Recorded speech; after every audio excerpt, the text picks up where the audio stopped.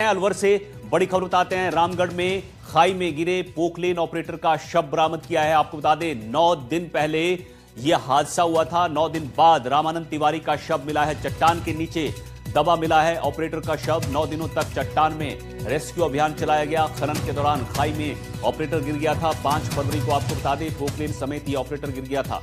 तो बड़ा अपडेट आपको बता रहे हैं अलवर से, जहां रामगढ़ में खाई में गिरे पोकलेन ऑपरेटर का अब शव बरामद कर लिया गया है। दुर्घटना स्थल था वो अपने आप में बहुत बड़ा चैलेंज था हमारे लिए। कई हजारों टन मलबा था, उसके जस्ट नीचे खाई और उसमें पानी। इन दोनों ही चैलेंजों से इतनी गहराई पर निपटने में बहुत सारे चैलेंज आए।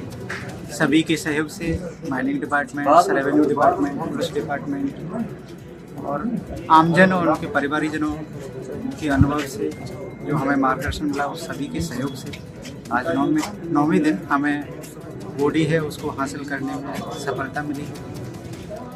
इसमें सभी का सहयोग, सकारात्मक सहयोग मिला। खान में ही जो स्थान हमारा संभावित था जहां हम रेस्क्यू ऑपरेशन कर रहे थे, उसके पास में ही चट्टानों में मिली बॉडी निकाली गई है और उसका पोस्टमार्टम कराया जा रहा है। नगर जो भी विधिक कार्रवाई होगी कराई जाएगी। हमारे यहाँ ओडेला में एक ऑपरेटर अपना नियमित काम करते हुए वो फिसलने से, पोकलैंड फिसलने से वो स्वयं सहित उस पानी की खाई में गिर गया। उसी दिन से सभी लोग चिंतित थे। पहले एसडीआरएफ की टीम आई, फिर एनडीआरएफ की आई, फिर आशु मलिक की गोताखोर टीम आई, पूरा प्रशासन, हमारे एसडीएम साहब, डिप्टी साहब, सभी माइनिंग के अधिकारी, तहसीलदार जी और यहाँ से भी सभी प्रबुद्ध लोग वहाँ थे। सबकी यही भावना थी कि जल्दी से जल्दी ये रेस्क्यू पूरा हो। परिवार भी चिंतित था, मैं भी गया और भी सब लोग आए। मुदित हमारे सहयोगी अलवर से ज्यादा जानकारी के साथ जुड़ गए हैं। मुदित, रामगढ़ में जो बड़ा हादसा हुआ था 9 दिन पहले, अब यहां पर शव को जो है वो निकाला गया है। 9 दिन तक यहां चट्टान में रेस्क्यू अभियान चला, इतना वक्त लग गया यहां पर?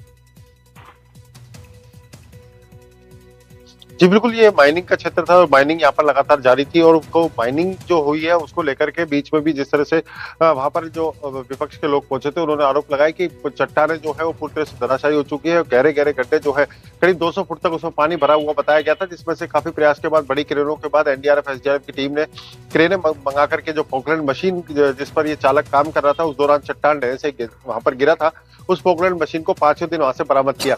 जिसके बाद अंदेशा हुआ कि जहां पोकलैंड मशीन प्रशासन में एनडीआरएफ को बरामद हुई है, वहां से ही कहीं ना कहीं दूरी पर वो जो चालक है उसका भी वहीं पर सुराग मिल सकता है। लेकिन जिसके बाद लगातार प्रयास किए गए और प्रयास के साथ ही वहां से पानी को खाली कराया गया। तो लगातार 4 दिनों तक जो बड़ी मोटरों के जरिए वहां से पानी खाली कराया गया। करीब 12 फीट पानी खाली होने के बाद जो चट्टानें नजर आई, चट्टानों के नीचे आज 9वें दिन वो शव मिला है और 9वें दिन शव मिलने से परिवार के लोग भी वहां लगातार फर्स्ट डे से ही वहां पर डेरा डाले हुए थे। प्रशासन पूरा वहां पर प्रयासरत था। देर रात के समय में वहां पर बोरिंगों से उस पानी को निकाला जाता था बड़ी मोटरों से और दिन भर गोताखोर उसकी तलाश करते थे। लेकिन कहीं ना कहीं मलबा और पानी दोनों ही एक बड़ा चैलेंज बना हुआ था एनडीआरएफ एसडीआरएफ के लिए और उन बड़ी बड़ी चट्टानों को हटाने के बाद उस शव को बरामद किया गया है और जिसका आगामी जो पुलिस प्रक्रिया है उसके तहत शव का पोस्टमार्टम होगा और उसके बाद शव परिजनों को सुपुर्द किया जाएगा।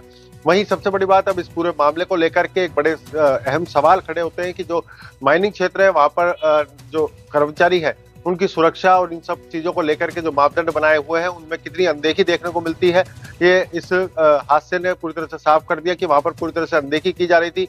अकेला ऑपरेटर और सिर्फ 2 मजदूर वहां मौजूद थे और उस घटना के बाद से वो भी वहां से सूचना देते ही चले गए थे।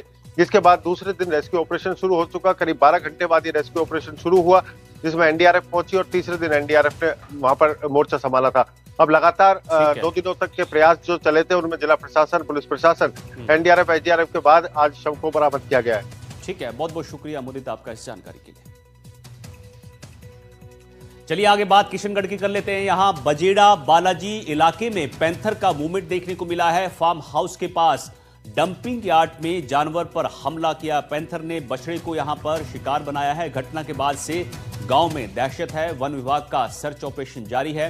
पैंथर के माइंस के मलबे के बीच छिपे होने की आशंका है। इलाके में पिंजरा लगाने की तैयारी की जा रही है। ग्रामीणों का वन विभाग पर यहां गंभीर आरोप लगाया। ग्रामीणों ने सूचना के बावजूद रात में वन विभाग की टीम नहीं पहुंची, ये ग्रामीणों को कहना है। प्रशासन से तत्काल कार्रवाई की मांग की है।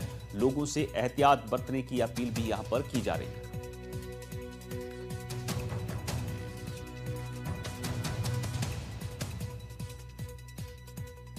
चलिए जयपुर के दूदू से आपको खबर बताते हैं, जहां तेज रफ्तार पिकअप बेकाबू होकर पलट गई। हादसे में आपको बता दें कि 2 लड़कियों की मौत हो गई है, एक घायल है।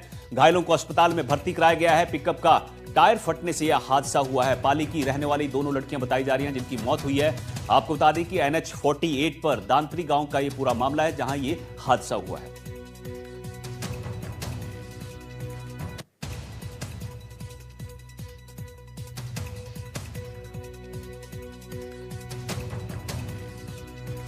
राजस्थान में शहर शहर रफ्तार का कहर देखने को मिल रहा है। जयपुर ग्रामीण के चाकसू में एक तेज रफ्तार कार ट्रेलर से टकरा गई।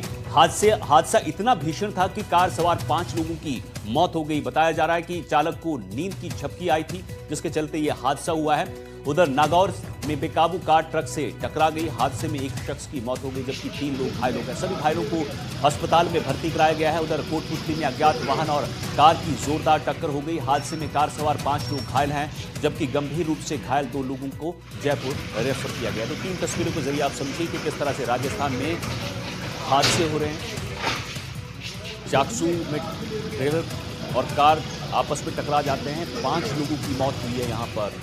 दूसरी खबर देखिए आप, नागौर से ट्रक और कार टकरा जाते हैं, 1 की मौत होती है। कोटपुतली में अज्ञात वाहन ने कार को टक्कर मार दी।